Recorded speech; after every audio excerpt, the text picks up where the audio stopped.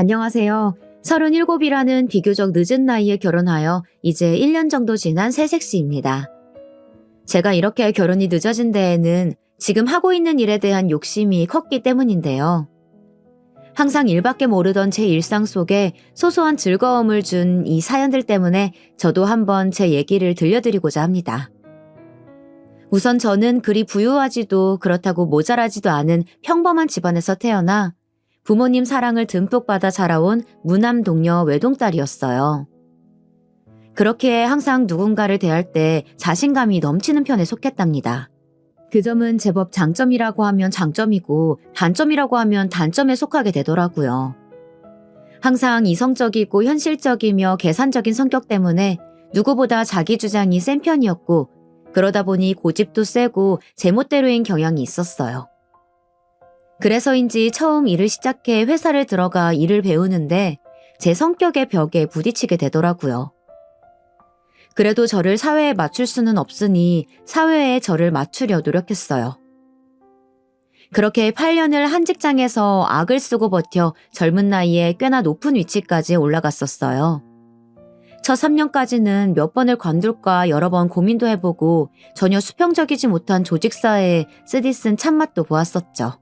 하지만 좋아하는 일에 대한 열정은 누구보다 좋았고 남들보다 더 노력하여 그 자리까지 올라설 수 있었습니다.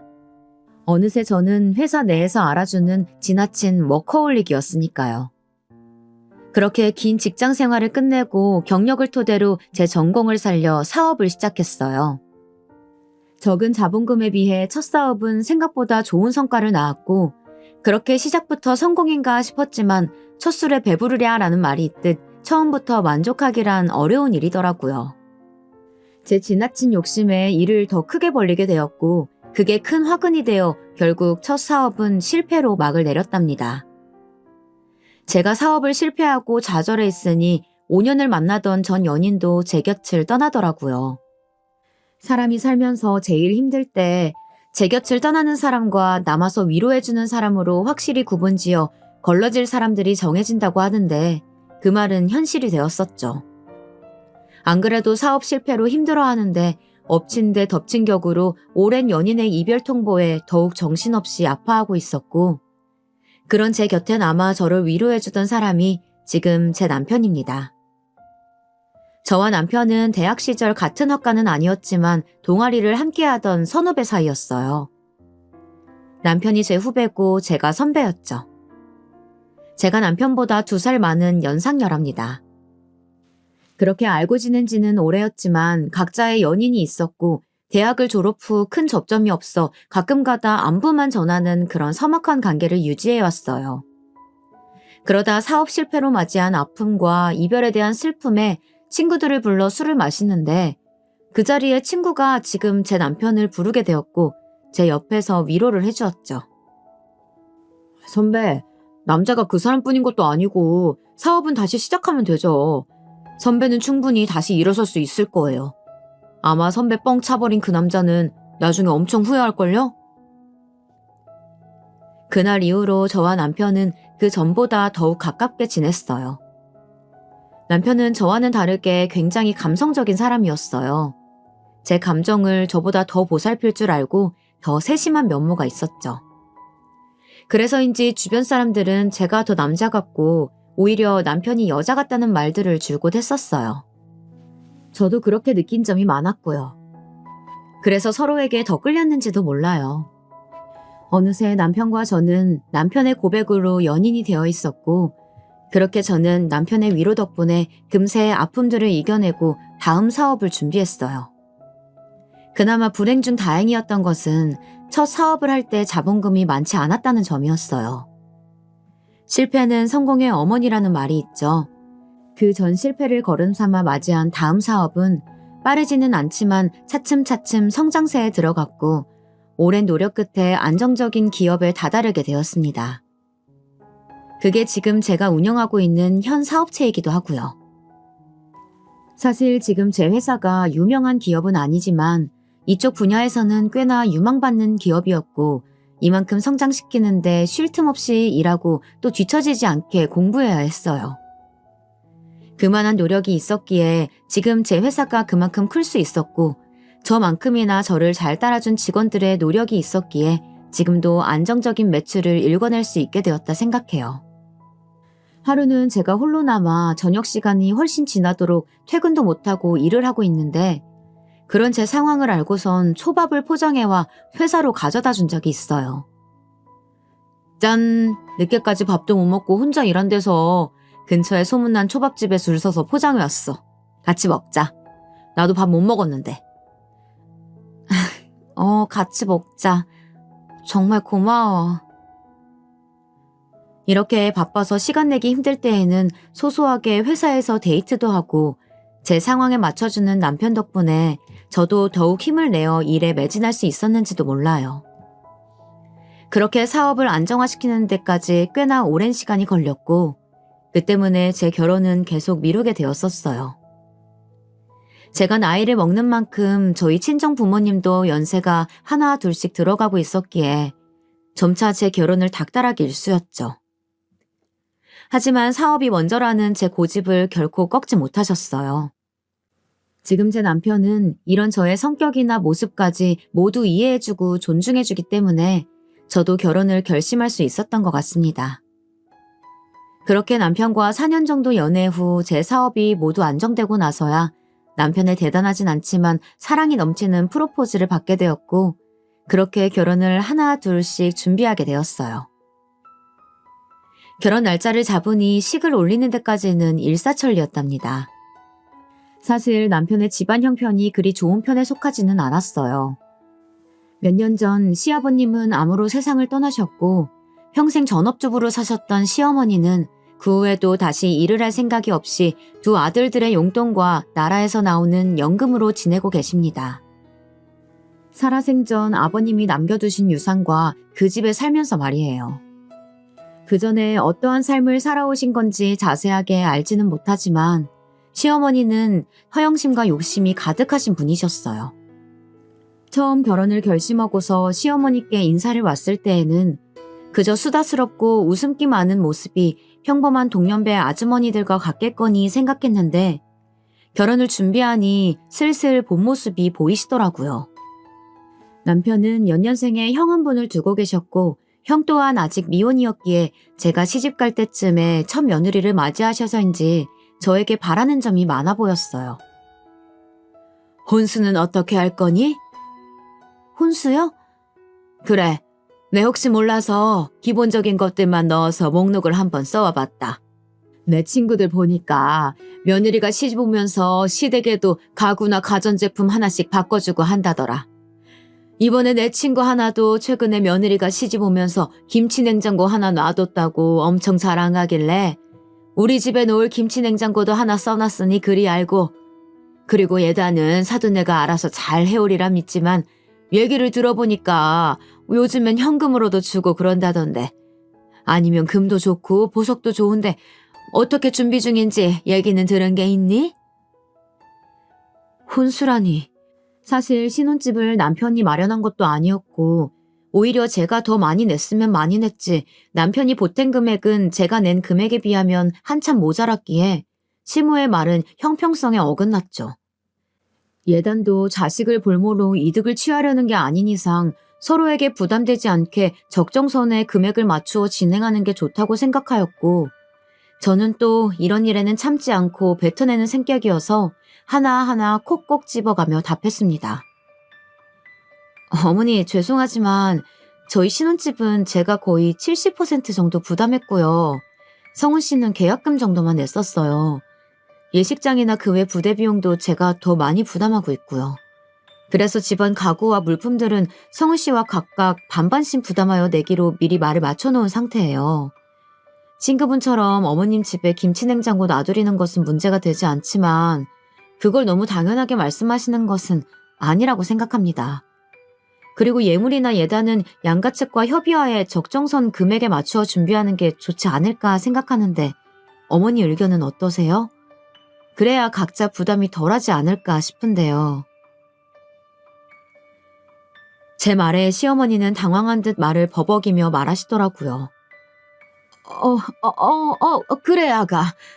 네가 나이가 있어서 그런가 말을 아주 똑부러지게 하는구나. 예물이랑 예단은 성훈이랑 마저 내 얘기하마.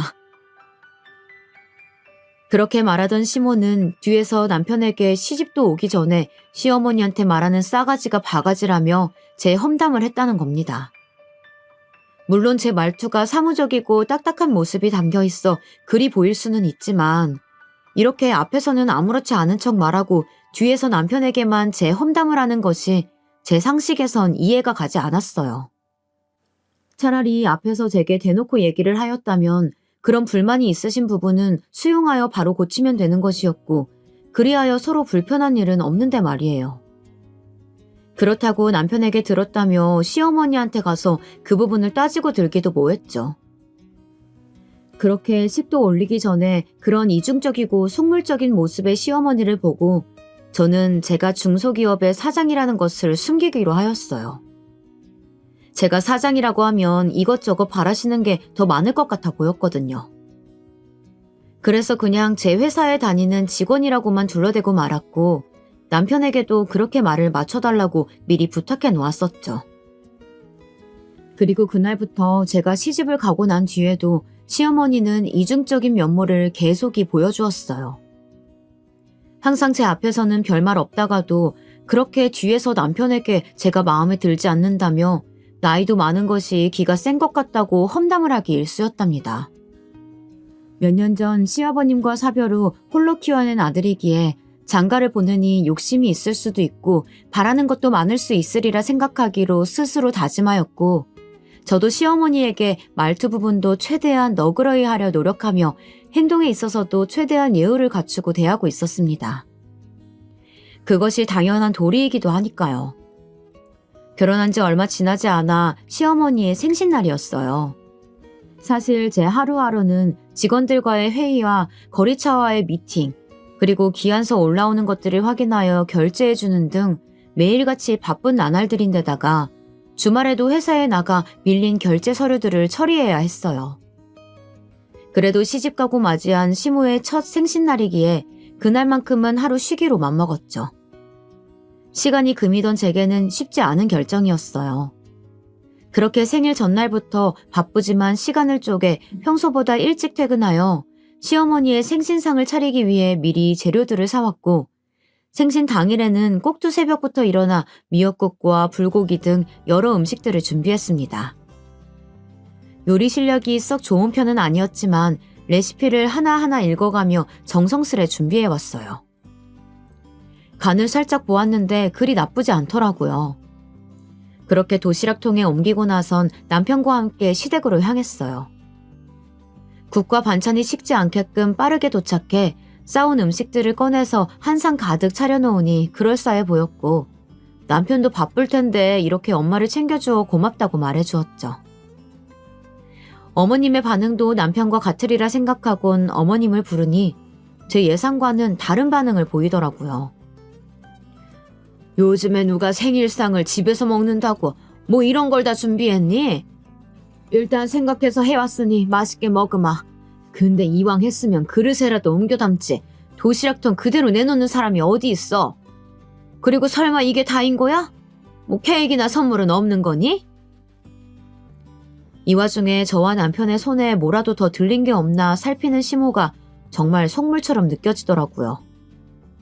사실 저녁은 나가서 한우집 예약을 해놓았고 케이크도 그때 가서 보려고 미리 사놓지 않았죠. 선물도 백화점 상품권을 준비해두긴 했지만 이런 식의 반응을 보이니 회의감이 들더라고요. 정성스레 준비한 밥상은 별로이고 오로지 물질적인 것에만 눈을 돌리는 시어머니의 모습에 실망이 컸죠. 그런 제 모습을 남편도 느꼈는지 나서서 중재하더라고요. 엄마도 참, 이 사람이 생각해서 어제부터 장 봐오고 오늘 새벽부터 일어나서 엄마 준다고 음식 다 준비한 건데 그냥 예쁘게 생각하고 먹어줘요. 그리고 이 사람 원래 주말에도 출근해서 일하는데 오늘 엄마 생신이라고 겨우 일 빼고 온 거란 말이야. 아니 그 회사는 무슨 주말에도 일을 시킨다니? 이름 들어보니까 유명한 회사도 아니고 작은 중소기업인 것 같더만. 이래서 작은 회사일수록 일을 더 많이 시킨다고 하는가 보다. 내 친구들이 나보고 며느리 무슨 회사 다니냐고 물어보면 내가 대답을 못해요. 내 친구들 얘기 들어보니까 중소기업은 뭐 얼마 돈도 안 준다면서? 그럴 거면 그냥 때려쳐라. 우리 성훈이는 너랑 다르게 대기업 다녀서 네가 일 안 해도 충분히 먹고 살지 않겠니? 시어머니의 말에는 뼈가 있었어요. 남편은 대기업을 다니고 저는 중소기업에 다니니 그냥 때려치라는 말을 서슴지 않게 내뱉는 모습에 겉으로만 사람을 판단하는구나 싶었고 도통 표정 관리가 되질 않았어요. 그래도 나름 침착하게 대답했죠. 어머니, 기업 크기도 중요하지만 그 기업의 발전 가능성도 보고 함께 성장이 가능한지 봐야 한다고 생각해요. 돈은 성훈 씨 못지않게 벌고 있으니 너무 걱정하지 마세요. 주말에 나가는 것도 제가 좋아서 나가는 거고요. 저는 겨우 호호호 하며 웃어 보였고 제 말에 시모의 표정은 급격히 어두워졌죠. 그런 분위기를 살폈는지 남편이 나서서 말했어요. 그래요, 엄마. 우리 일은 우리가 알아서 해요. 그리고 저녁에는 나가서 외식해요. 이 사람이 괜찮은 한우집에 예약해뒀어요. 한우? 그래, 알았다. 한우라는 말에 그제야 표정이 풀리는 시어머니였어요. 그렇게 차린 밥상을 다 먹고 난 후에 정리를 하고 있는데 아주버님이 웬 여자를 데리고 들어왔어요. 아주버님이 결혼할 사람이라며 어머니 생신이기도 하고 겸사겸사 데리고 온 것이었죠. 형님이 되실 그 여자분은 양손 가득 무언가를 들고 왔어요. 그 모습에 시모는 신이 나서 둘을 반기며 방으로 들여보냈죠. 그러더니 당연하다는 듯이 제게 차를 내오라고 하더라고요. 순식간에 제가 가정부라도 된 것 같은 기분을 받았지만 시모의 생신인데 또 이런 부분까지 맞받아치는 것은 예의가 아니겠다 싶어 참고 안방으로 가 물었습니다. 차는 어떻게 커피가 괜찮으세요? 제 말에 아주버님과 시어머님 두 분은 모두 좋다고 하였는데 형님이 되실 그 여자분은 저를 위아래로 훑어보더니 얄밉게 답했어요. 제가 카페인에 예민해서요. 커피 말고 녹차로 부탁할게요. 아, 너무 뜨겁지 않게 온도 조절 부탁드려요. 벌써부터 제게 기싸움이라도 하겠다는 건지 여기가 카페도 아니고 온도 타령하는 그 모습에 몇 마디 나눠보진 않았지만 그 사람의 됨됨이가 보이더라고요. 저는 벌써부터 마음에 들지 않는 예비 형님을 뒤로하고 애써 웃어 보이며 알겠다 말하곤 방문을 닫고 주방으로 향했어요. 방 안에서는 뭐가 그리 즐거운지 제 앞에선 들려주지 않던 시모의 웃음소리가 끊이질 않았고 형님이 될 그 여자분도 호호호 거리며 꽤나 분위기가 좋아 보였죠. 커피 2잔과 녹차 1잔을 남편이 꺼내준 찻잔에 담아 쟁반에 받쳐 안방으로 갔어요. 안방 앞에선 어찌나 목소리가 쩌렁쩌렁한지 시어머니의 말들이 다 들려왔죠. 아이고야, 대학 교수라니. 어쩐지 공부 잘했을 것만 같았어요. 부모님이 너무 좋아하겠네. 딸아이가 이렇게 잘 자라줘서 말이야. 예비 형님이 대학 교수라는 직업을 가졌다는 사실을 물어보지도 않아도 알 수 있었죠. 저는 문을 2번 두드려 놓고 한 뒤 각자 자리 앞에 찻잔을 내려놓았어요. 그러더니 예비 형님은 저 보란 듯이 뒤에 숨겨두었던 쇼핑백을 건네며 말하더라고요. 어머님, 이거 별거는 아니고 오늘 생신이시라고 해서 백화점 가서 하나 사봤어요. 마음에 드실지 모르겠네요. 그러자 시어머니는 입이 귀에 걸리듯이 환하게 웃어 보이며 저 보란 듯이 큰 목소리로 말하시더군요. 어머나, 이런 거 안 사와도 되는데 말이야. 대학 교수라서 그런가 누구랑은 다르게 센스가 넘치네. 그러곤 쇼핑백 안에 물건을 꺼내 보이더라고요. 쇼핑백만 봐도 명품인 것이 눈에 보였죠. 박스를 둘러싼 리본을 풀어헤치니 그 안에는 색이 노란색과 빨간색으로 이루어진 강렬해 보이는 스카프가 나왔어요. 어머님 취향을 몰라서 제 취향대로 골라봤는데 어떻게 괜찮으세요? 딱 봐도 시어머니의 취향과는 동떨어진 색상의 스카프였고 시모도 그 스카프를 위아래 뒤집어 보더니 애써 억지 웃음을 지어 보였어요. 색이 곱네요. 잘 쓸게요. 고마워요. 누가 봐도 마음에 들지 않는데 괜히 하는 말처럼 들렸죠. 영혼이라곤 찾아볼 수 없는 기계식 리액션이었어요. 저는 시어머니의 반응에 이만 안방을 나와 참아온 웃음을 터뜨리고 말았답니다. 제가 갑자기 웃어대자 남편도 궁금했는지 왜 그리 웃는 거냐며 묻더라고요. 저는 아까 안방에서 있었던 일들을 말해주니 남편도 웃으며 말했어요. 예비 형수를 센스 넘친다고 칭찬했다가 낭패봤네. 진짜 센스 넘치는 건 당신처럼 원하는 물건 알아서 살 수 있게 상품권이나 현금으로 주는 게 더 센스 있는 건데 말이야. 남편의 말이 맞았어요. 거칠이나 직업만으로 그 사람을 판단하는 시어머니에게 좋은 교훈이 되었으면 했어요. 하지만 사람은 쉽게 변하지 않는다는 것을 뒤늦게 깨달을 수 있었죠. 그렇게 몇 분의 시간이 더 흘러 시어머님과 아주버님, 그리고 예비 형님까지 모두 나왔어요. 그럼 저는 이만 들어가 볼게요. 예비 형님은 고개 숙여 인사했고 시모는 아쉬웠는지 그런 예비 형님을 붙잡았죠. 아니 왜요? 오늘 둘째 애가 나 생일이라고 한우고깃집을 예약했다던데 좀만 있다가 같이 가서 저녁 먹지? 그러자 아주버님이 곤란해하는 예비 형님을 대신해 답했죠. 에이, 엄마도 참 이 사람 논문 준비로 바빠서 들어가 봐야 돼. 그럼 나 이 사람 좀 데려다 주고 올게. 그래, 그렇게 해라. 그럼 조심히 들어가요. 그렇게 시모는 예비 형님에게 인사했고 저와 남편도 다음에 또 뵙자는 말로 인사를 했어요. 아주버님과 예비 형님이 떠난 지 얼마 지나지 않아 시모는 선물로 받은 스카프를 들고 오며 저와 남편에게 말하더라고요. 아니, 이 색상 좀 봐라. 이렇게 튀는 색상을 도대체 무슨 옷에 입으라는 건지 원. 대학 교수식이나 돼서 이리 패션 감각이 없다니. 아휴, 이것 좀 봐라. 나한테 어울리냐? 급기야 그 스카프를 둘러대고는 저와 남편에게 묻는 시모였죠. 저는 애써 웃음을 참아가며 답했어요. 글쎄요. 어머님 평소에 입으시는 스타일과는 많이 다른 것 같기는 한데요. 정 마음에 안 드시면 백화점 가서 다른 디자인으로 바꿔오세요. 아휴, 나도 그러고 싶은데 아니 이걸 굳이 상견례 자리에 하고 오란다. 그렇다고 가서 바꾸기도 뭐하고. 아휴. 결국 혀를 차보이는 시어머니였어요. 그 모습을 보고 있자니 그렇게 앞에서는 웃어 보이더니 예비 형님이 가자마자 흉을 보는 게 어쩐지 제가 결혼한다고 왔을 때도 이렇게 남편에게 흉을 받겠구나 싶더라고요. 이후 저녁 예약 시간대에 맞춰 함께 한우고기집에서 식사를 하였고 잠시 근처 베이커리에 들려 케이크를 사들고 온 남편이 식당에 양해를 구하고선 케이크에 초를 켜고 축하 노래를 불렀어요.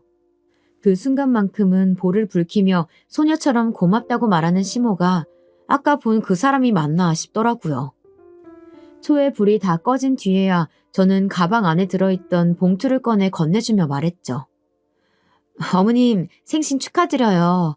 이거 대단한 건 아니고 백화점 상품권인데 가서 평소에 사고 싶었던 물건이나 드시고 싶었던 거 있으시면 친구분들이랑 가서 드시라고 넣어봤어요. 그제야 입이 찢어지게 웃어 보이던 시어머니는 봉투를 받고는 그 안을 살피며 말하더라고요. 어머, 뭐 이런 걸 다 준비했어. 상품권이라니. 역시 세아가 네가 나이가 있는 만큼 센스가 좋긴 하구나. 근데 50만 원이네? 나는 100만 원권 정도는 들어있을 거라고 생각했는데. 얘 50만 원으로 어떻게 사고 싶은 것을 사고 친구들을 데리고 맛있는 것을 사 먹니? 적어도 100만 원권 정도는 되어야 네 말대로 하지. 아휴, 난 또 말을 또 휘황찬란하게 하길래 100만 원은 들어있는 줄 알았더니 힘만 샜네. 뭐 그래도 잘 쓰마. 처음엔 잔뜩 기대한 얼굴로 봉투 안을 살피던 시모는 상품권 액수를 보더니 실망한 기색을 드러내 보이시더군요. 사실 이번 백화점 상품권은 지난 명절 때 직원들 보너스로 백화점 상품권을 주다가 남은 50만 원권을 선물로 드린 거였죠. 친구들에게 물어보니 이 정도면 충분할 거라고. 오히려 처음부터 큰 선물을 주게 되면 나중에 더 바라는 게 많아져 힘들 거라는 현실적인 조언을 받고 실행에 옮긴 거였는데 제가 너무 째째하게 굴었나 싶기도 하더라고요. 어머님, 이번에 제가 백화점에 들릴 시간이 없어서 갖고 있던 상품권으로 준비해 본 거예요. 다음번에는 더 잘 챙겨 드릴게요. 제 딴에는 생각해서 얘기해 본 거였는데 이어 시모의 입 밖으로 나오는 말들에 그 생각들은 쑥 들어가게 되었죠. 아니, 네 회사는 무슨 너 혼자 일을 다 한다니? 뭐가 그렇게 맨날 바쁘다고 유세인 건지. 누가 보면 나란 일이라도 하는 줄 알겠어. 아휴, 됐다. 바쁘신 며느님이 이렇게 챙겨준 게 어디겠니. 잘 쓰마. 끝내 말을 비꼬아대던 시어머니는 퉁명스레 말하며 제가 준 상품권 봉투를 가방 안에 넣어두었고 저는 당장이라도 그 백화점 상품권을 빼앗아 들며 그리 마음에 안 들면 도로 가져가겠다 소리치고 싶은 것을 겨우 참아내었어요. 그렇게 시모의 생신이 지났고 또다시 저는 바쁜 나날들을 보냈답니다. 이후 시간이 흘러 아주버님의 결혼식이 다가왔어요. 지난 아주버님 상견례 자리에는 저도 함께 오라고 초대하였지만 일이 너무 바쁜 나머지 참석하지는 못하였고 대신 남편만 그 자리를 갔다 왔었어요. 남편에게 얘기를 들어보니 형님네 집안도 평범해 보인다고 합니다. 다만 형님이 상견례 자리에 하고 오라며 어머니 생신 때 선물로 주었던 스카프를 동일한 디자인의 색만 다른 걸로 형님 친정 어머니께서도 하고 오셨다는 얘기를 들었죠. 자신과 똑같은 스카프를 한 모습을 본 시모는 뒷목을 잡고 쓰러질 뻔했다는 여담을 남편에게 전해 듣는데 저 또한 쇼킹하더라고요. 형님이 보통 사람이 아니라는 것만은 알 수 있었어요. 형님과 아주버님의 결혼식은 꽤나 화려하게 치러졌어요.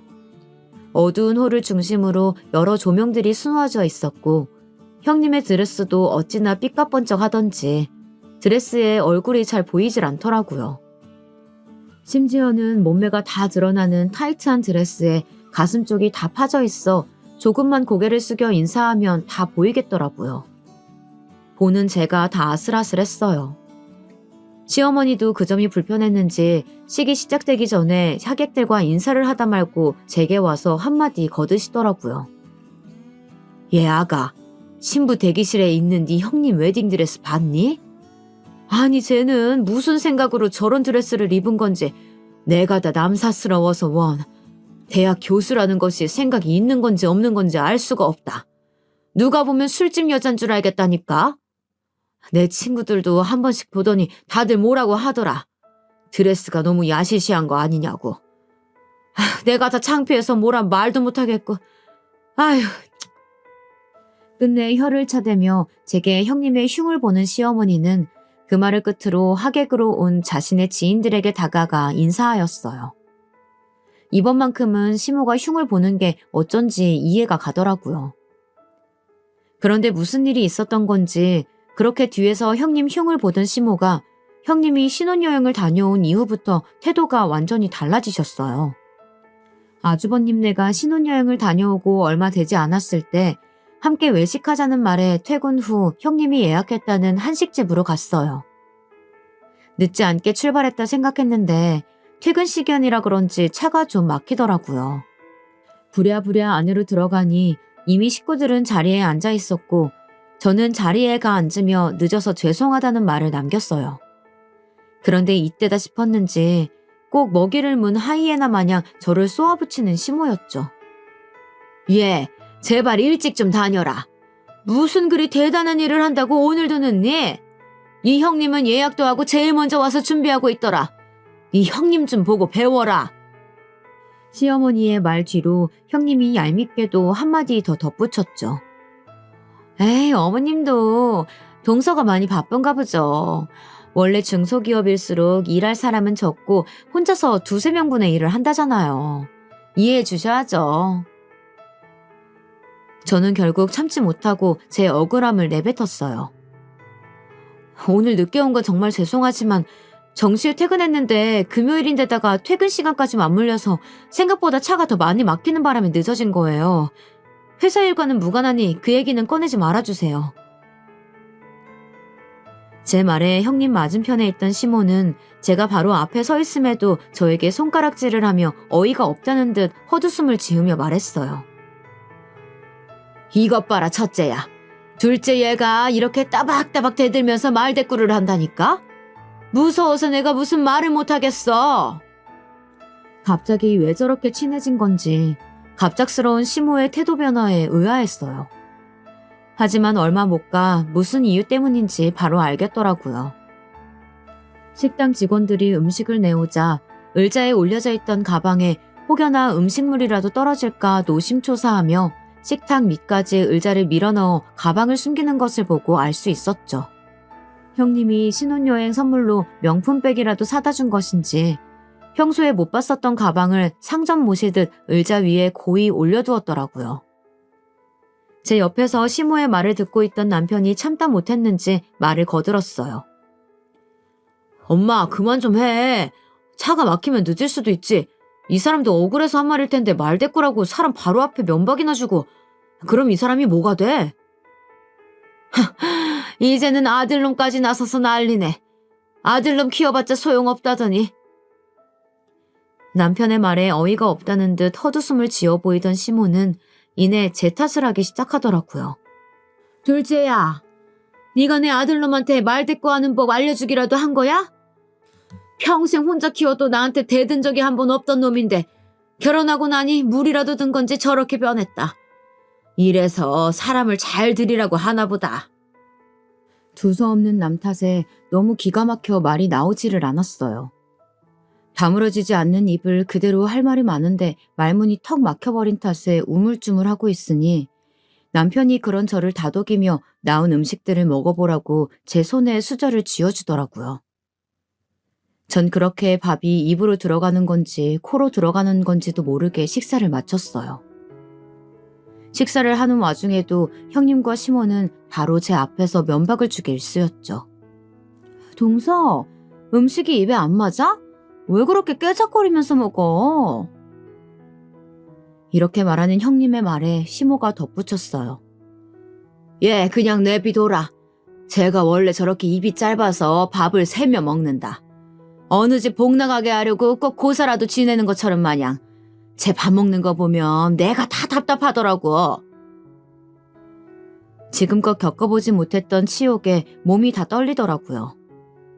맘 같아선 외식이고 뭐고 당장 그 자리를 박차고 나가고 싶었지만 어디까지나 가족들이고 그렇게 행동을 한다고 해서 다음에 안 볼 사람들도 아니기에 꾹 참았죠. 그날 정말 스트레스를 받았었던 건지 집에 오자마자 먹었던 음식들을 개원했답니다. 제가 그렇게 힘들어하는 모습을 바로 옆에서 지켜보던 남편이 제 등을 쓸어주며 먼저 얘기를 하였어요. 여보, 오늘 우리 엄마랑 형수님 때문에 마음고생 심했지? 옆에서 지켜보던 내가 다 민망하더라. 왜 그렇게 사람을 앞에 두고 대놓고 면박을 주는 건지.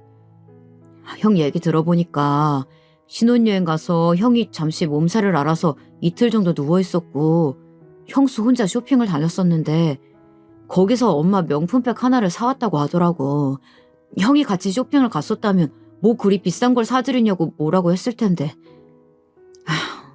난 내 엄마가 그렇게 속물인 줄도 몰랐는데 이번에 나는 가방 사줬다고 돌변한 모습 보고 엄마한테 실망했어.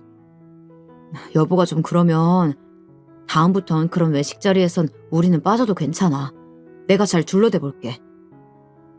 이렇게 제 입장에서 생각해보고 이해해주는 남편 덕분에 시댁은 몰라도 남편은 참 잘 만났구나라는 생각을 다시 한번 해보곤 하네요. 아니야, 괜찮아. 곧 아버님 기일인데 일 있다고 둘러대는 것도 한계가 있을 테고 가족인데 피한다고 달라질 건 없잖아. 내가 잘해볼게. 내 입장에서 생각해줘서 고마워, 여보. 남편에게 말한 대로 곧 있으면 시아버님의 기일입니다. 이번 시부의 기일에는 시모와 형님이 또 어떤 핑계로 저를 볶아댈지 걱정이 앞서더라고요. 그래서 이대로는 안 되겠다 싶어 고민한 끝에 내린 제 결정은 매달 드리는 용돈에 조금 더 보태어 드리는 거였어요. 아버님 기일이니 좀 더 보태서 제사에 쓰일 과일이나 음식을 사시라면서 말이에요. 저는 매달 드리는 용돈일도 아니었지만 제 사비를 용돈으로 드리며 전화로 이 사실을 말씀드렸어요. 어머님, 곧 아버님 기일이라 제사상에 올릴 음식들 사시는데 보태시라고 제가 용돈 좀 넣어드렸어요. 웬일이냐? 둘째 네가 그런 거를 먼저 신경 써서 용돈을 다 주고. 뭐 어차피 우리 아들이 번 돈으로 주는 거겠지만. 잘 쓰마. 어머님, 오해가 있으신 것 같은데 지금 드린 용돈은 제 사비로 드리는 거예요. 성우 씨 월급날은 아직 멀었고요. 짠순이 네가 무슨 바람이 분 거냐? 얼마를 넣었는지는 모르겠지만 유용하게 쓰마. 역시나 시모의 반응은 그저 시큰둥했어요. 아무리 그래도 짠순이라니 제가 지금껏 무언가를 뛰어나게 해드린 적은 없어도 남들 하는 만큼은 하고 있다 생각했는데 모순적인 그 말이 듣기가 거북하더라고요. 계속 통화를 이어가봤자 제 성질에 못 이겨 또 큰 소리를 낼까봐 그냥 알겠다고 말하고는 통화를 끊었죠. 그리고 시아버님의 기일 전날 제가 용돈으로 드린 금액을 확인한 건지 목소리 톤이 달라진 채 시모에게 먼저 전화가 왔어요. 어머, 둘째야. 내가 용돈을 지금 받지 뭐니. 이번 용돈은 생각보다 아주 넉넉하게 넣었더라. 진즉에 이렇게 신경 썼으면 얼마나 좋았니? 아무튼 둘째 네 덕분에 올해 제사는 좀 더 풍요롭게 음식들을 준비할 수 있겠어. 그리고 내일 아침부터 제사 음식 준비할 건데 회사 빼고 올 수 있지?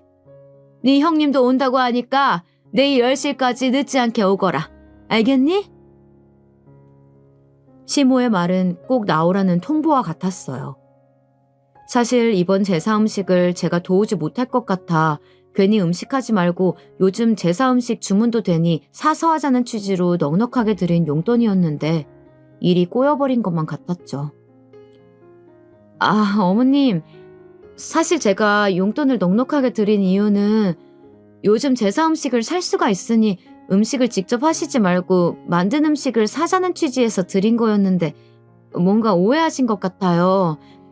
공교롭게 제가 내일 회사를 전부 다 뺄 수는 없을 것 같고 오후에는 갈 수 있을 것 같은데 1시 좀 넘어서 가봐도 괜찮을까요? 뭐? 지금 그게 무슨 말 같지도 않은 소리니? 나는 지금껏 네 시아버지 제사 음식을 사서 한 적이 없거늘. 그리고 오해는 뭐가 오해야? 네가 분명 음식할 거 사는데 보태라고 준 거 아니니? 제가 분명 음식을 사시는데 보태시라고 말씀을 드렸었는데 너 지금 나랑 말장난하니? 잔말 말고 내일 10시까지 늦지 않게 와라. 그렇게 귀청이 뜯어질 정도로 우렁차게 소리치곤 전화를 끊어버린 시모 때문에 어쩔 수 없이 내일 일은 쉬어야 했죠. 밑에 직원들에게 미리 일러두고 시부의 기일 당일 10시까지 늦지 않게 시댁으로 갔어요. 다행인 건지 이번에는 제가 형님보다는 먼저 왔더라고요. 그렇게 먼저 음식들을 준비하고 있는데 10시가 넘어도 형님은 오지를 않았어요. 그런데도 시어머니는 형님을 찾지 않더라고요. 그렇게 시간은 흘러 12시가 되어갔고 아직도 오지 않는 형님과 그럼에도 별말 없는 시모가 이상하다 느낀 저는 먼저 시모에게 물었죠. 어머님, 벌써 12시가 다 되어가는데 형님은 오늘 안 오시나요? 내가 말 안 했었니? 큰애는 오늘 강의를 빼려고 했는데 뭐 특강인지 뺄 수가 없다면서 못 온다고 어제 저녁에 전화가 왔었어. 대학 교수직이나 되는데 아무렴 그렇게 바쁘지 않고 배기겠니? 하루 전날 특강이 잡혔다는 말도 안 되는 핑계를 대는 형님과 대학 교수가 무슨 벼슬이라도 되는 것 마냥 말하는 시어머니. 이 둘이 이제는 조금 미워지려고 하더라고요. 어머님, 저도 바쁜데 일 빼고 온 건데요. 얘, 너랑 이 형님이랑 같니? 회사는 너 없어도 충분히 돌아갈 테지만 네 형님은 교수잖니? 강단에 올라서 강의할 사람이 큰애뿐이라는데 그러면 어떡해? 그런 애한테 교수 일을 때려치고 음식이나 하라고 할 순 없잖니? 아니면 너는 이 늙은 시애미가 홀로 제사 음식을 다 준비해야 속이 시원한 거야? 어머님, 제 말은 그런 게 아니라 뭐 더 할 말이 있는 거야? 그래도 3시쯤에 강의 끝나자마자 달려온다고 하니까 너무 불평하지 마라. 도통 말이 통하지 않았어요. 제 고집도 시모의 똥꼬집 앞에선 우스울 뿐이더라고요. 저는 하는 수 없이 홀로 음식을 하여야 했어요. 시모는 옆에서 잠시 재료를 손질하다가 싶다가도 허리가 아프다거나 손목이 쑤신다며 자리를 피하기 일쑤였고, 덕분에 전 실력에도 없는 요리 솜씨를 발휘하였죠. 3시가 조금 넘어 도착한 형님은 음식을 다 해가니 그제야 와서 시모와 함께 얄미운 말들을 옆에서 늘어놓았어요. 어머, 동서. 음식 솜씨가 영 별로인가 봐. 간이 좀 싱겁네. 꼬지전은 또 왜 이래? 너무 끝에 꼬지를 꽂아서 너무 달랑거려가지고 꼭 금방이라도 떨어질 것 같네. 이런 걸 제사상에 내놓으라고 만든 거야? 오자마자 겉옷과 가방을 소파에 두고선 주방으로 와 전을 하나 집어먹고는 싱겁다고 얄밉게 구는 형님이었죠. 그리고 형님을 따라 전을 똑같이 맛보고는 시모도 말을 덧붙이더라고요. 첫째 말이 맞구나. 둘째야, 간이 너무 싱거운 것 같다. 그리고 꼬지 좀 일정하게 꽂지 그랬니? 수고했다는 말은커녕 타박이나 늘어놓는 형님과 시모였어요. 혼자서 음식을 한 사람한테 타박은 너무한 거 아니냐며 따져묻고 싶었지만 아버님 기일인데 괜한 분란 일으키기 싫더라고요. 홀로 음식들을 준비하느라 진도 다 빠진 상태라 대꾸할 힘도 없었고요. 제가 별말이 없자 형님과 시모도 그냥 넘어가는 듯 했어요. 그렇게 시간이 흘러 아주버님과 남편도 퇴근 후 시댁에 왔고 제사 음식은 별도로 빼두고는 남은 음식들로 간단하게 저녁을 먹었죠. 그런데 음식을 맛보던 아주버님이 아까 간 보며 타박을 놀아놓던 형님과 시모와는 달리 감탄을 하며 말씀하시더라고요. 오늘 국이 너무 짜지 않게 잘 됐는데? 담백하니 돌아가신 아빠가 와서 맛봐도 좋다고 하시겠어? 아주버님에 이어 제 옆에 앉아있던 남편도 국을 한 입 떠먹어 보더니 아주버님과 같은 반응을 보였어요. 정말이네. 아빠가 살아생전에 딱 이 정도로 알맞게 심심하니 담백한 국을 좋아했었지. 항상 엄마가 해준 국 드시면서 짜다고 했었잖아. 혹시 이거 당신이 한 거야? 그리고 제게 음식을 한 건지 묻는 남편이었어요. 사실 남편은 다 알면서도 일부러 모르는 척 묻는 거였죠. 제가 음식 준비를 끝내고 잠시 화장실에 가 있는 동안 형님이 강의 때문에 늦게 오느라 홀로 음식을 준비했다는 얘기를 남편에게 미리 메신저로 해두었었거든요. 그런데 남편의 말에 뻔뻔하게 그지없던 형님이 입을 놀리기 시작했어요. 다행히 서방님 입맛에도 맞으신가 보다. 그거 동서랑 저랑 같이 했어요. 형수님이요? 오늘 강의 때문에 늦게 오셨다면서요. 집사람이 혼자 음식 다 한 걸로 알고 있는데요. 남편은 뻔뻔한 형님의 거짓말에 속지 않고 있는 사실 그대로 저를 대신해 말을 해주었어요. 제가 미리 말을 해두길 잘했다는 생각이 들더라고요. 남편의 말에 얼굴이 새빨개진 형님은 말을 버벅이며 또다시 거짓말을 하였어요. 제가 그래도 오후에 와서 간 좀 보다가 너무 짠 것 같아서 물 좀 붓고 다시 끓인 거예요. 그래서 같이 했다고 말씀드린 건데 서방님이 뭔가 오해하셨나 보다. 형님, 왜 오늘 같은 아버님 기일날 거짓말을 하고 그러세요? 제가 음식 다 하고 나서야 오셔서 밥상에 숟가락만 얹은 게 다잖아요. 심지어 간도 싱겁다면서 타박하셨으면서 무슨 간을 다시 했다고 거짓말을 하세요? 저는 뻔뻔하고 얄미운 형님의 거짓말에 참다 못해 입을 열었고 중간에 껴서 듣고만 계시던 시모가 이후 말을 이었어요. 뭐 오늘 같은 날 그런 거를 일일이 재고 따지고 그러니 그냥 넘어갈 줄도 알아야지. 어쨌든 네 손윗 사람한테 그렇게 말마다 따박따박 대들어서야 되겠어? 네 말대로 오늘 같은 날 네 시아버지 기일인데 말이야. 음식을 누가 했던 뭐가 그리 중요하다고 목소리를 높이는지 원. 그렇게도 생색을 내고 싶었니? 이어진 시모의 말에 우라통이 치밀어 오르더라고요. 그만 시모에게도 한마디 꺼내려던 그때 남편이 제 손을 잡고 말리는 듯 보였어요. 저는 남편의 만류에 행동들을 모두 멈추고 가만히 있을 수밖에 없었습니다. 그리고 저 대신하여 남편이 한마디 하였어요.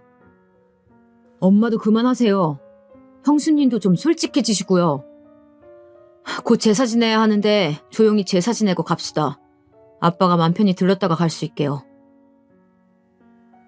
남편의 말에 시모와 형님 두 분 다 입을 다물더군요.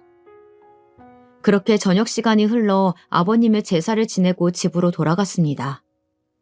집으로 가는 차 안에서 남편이 먼저 제 손을 잡으며 고생했다고 말해주더라고요. 남편의 그러한 따뜻한 말 한마디 덕분에 그날 내내 시모와 형님에게 받았던 서름들이 그나마 조금은 씻겨나가는 것 같았어요. 그렇게 또 평상시의 나날들이 흘렀고 바쁜 일상 때문에 잠시 연락하지 못했던 대학 친구들과 연락이 다 오랜만에 모임을 갖게 되었어요. 그리고 그곳에서 뜻밖의 소식을 들을 수 있었죠. 대학 친구 중 한 친구가 형님처럼 대학 교수인데 이번에 형님이 일하고 있던 대학교로 이직을 했다는 소식이었어요. 은영이 너도 그 학교로 이직했어? 우리 형님도 거기서 교수로 있다던데. 아, 정말? 성함이 어떻게 되시는데? 차성은이라고. 학과는 어느 쪽인지 모르겠네. 사실 나랑 사이가 썩 좋지가 않아서. 아, 그분 알지? 우리 학교가 경기권에 있는 작은 사립대라 교수가 많지 않아서 이름 대면 거의 다 알긴 해. 근데 그분은 전임 교수가 아니고 그냥 시간 강사일 텐데. 뭐? 시간 강사라고? 시댁에는 자기가 교수라고 떠벌리고 다녔는데. 난 그래서 너처럼 전임 교수라도 되는 줄 알았지. 대학 교수라고 떠벌리고 다니던 형님이 알고 보니 그냥 일반 시간 강사였다니. 거짓말을 능숙하게 할 때부터 알아봤어야 했는데 감쪽같이 시댁을 속이고 기만한 형님이 놀라울 따름이었어요.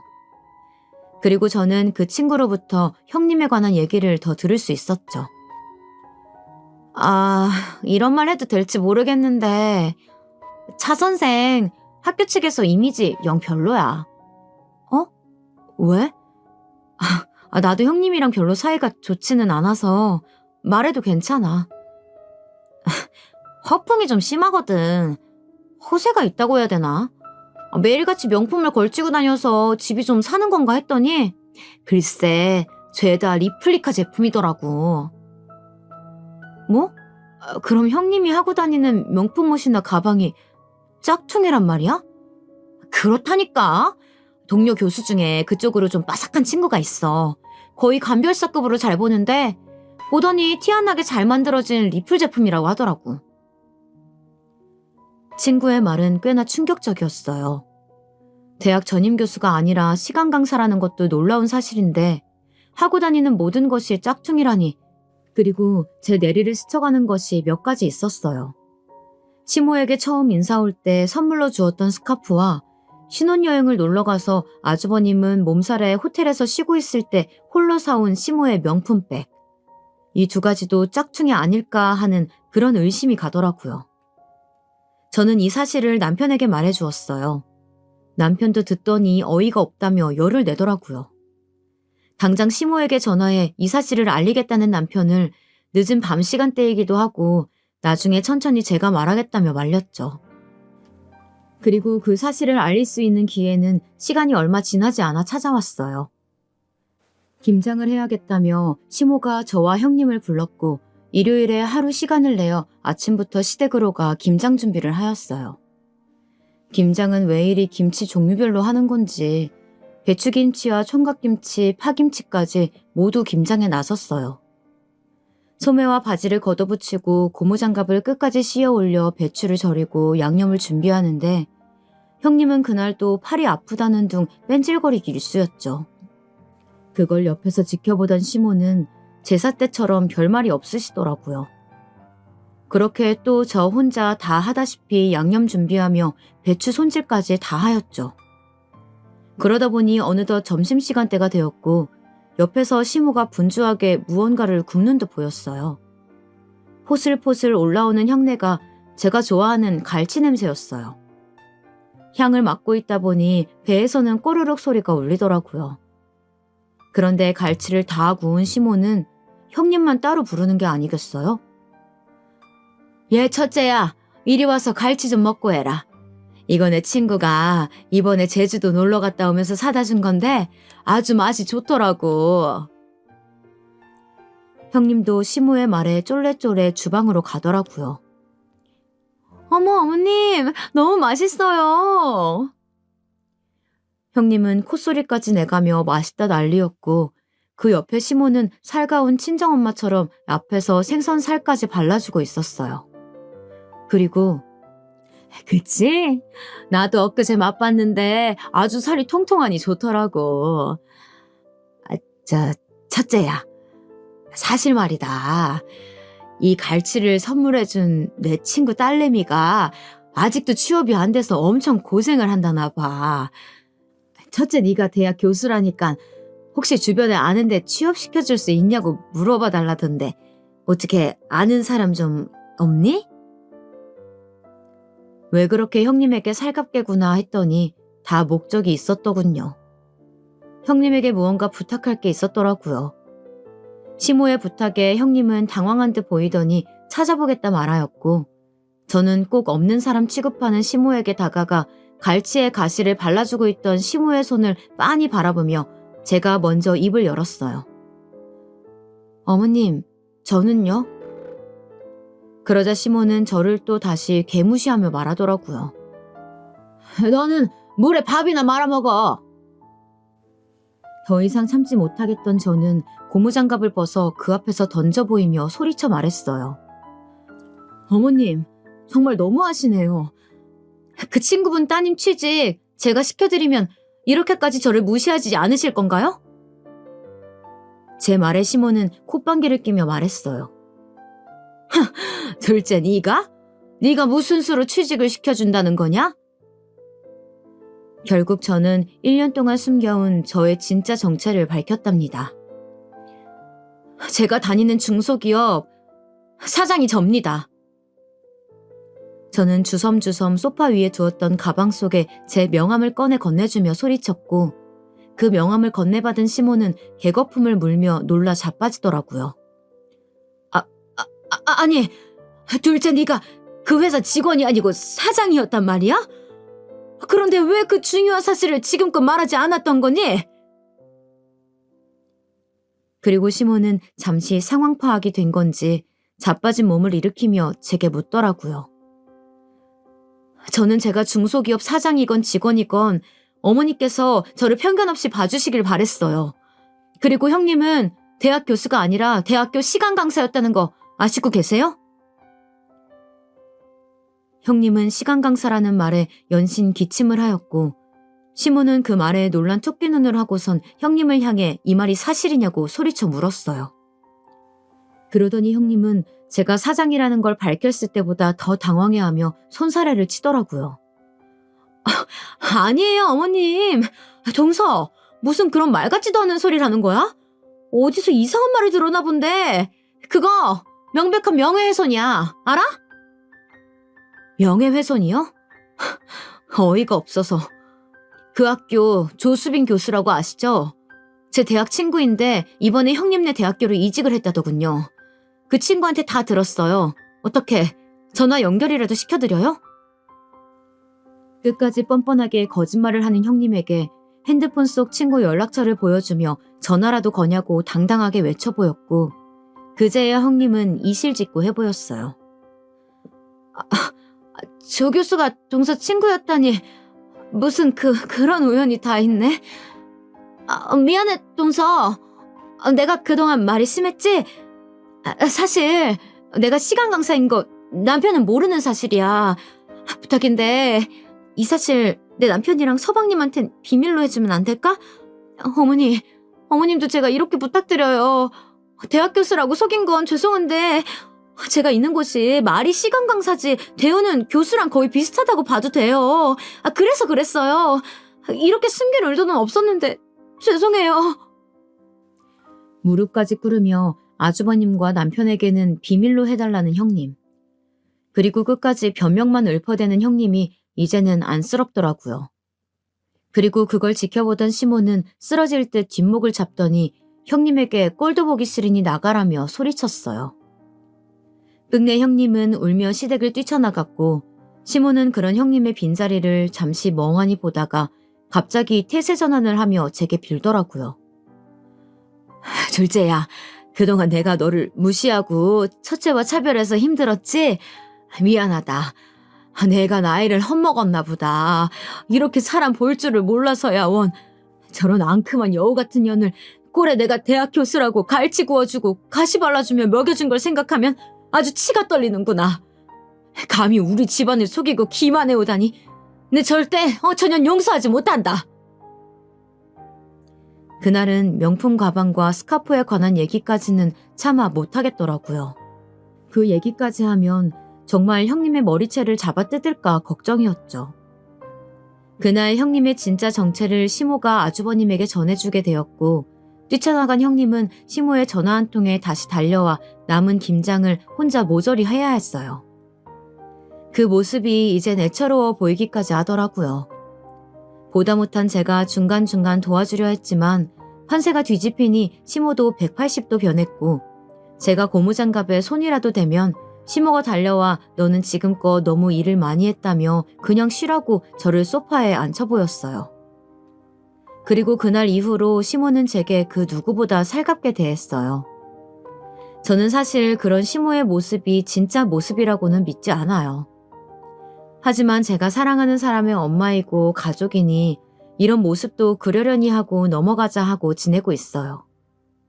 그리고 제가 말한 대로 시모 친구분의 딸의 이력서를 전달받아 검토하였고 비록 뛰어난 자질이 돋보이진 않았지만 신입사원으로 잘 가르치면 괜찮겠다 싶었기에 제 회사에 채용을 하였죠. 그리고 명품 가방과 스카프에 관한 진실은 묻어두기로 마음먹었어요. 나중에 진실을 알게 되어도 본인이 감수하라는 뜻에서 주는 제 벌이었죠. 시모가 화려한 겉모습만 보기보다는 따뜻한 내면을 보는 그런 사람이 되기를 바랬으니까요. 현재 저는 여전히 바쁘게 살아가고 있습니다.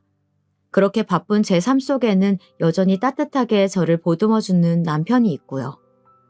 그래서 저는 지금 더할 나위 없이 행복하다 말할 수 있습니다.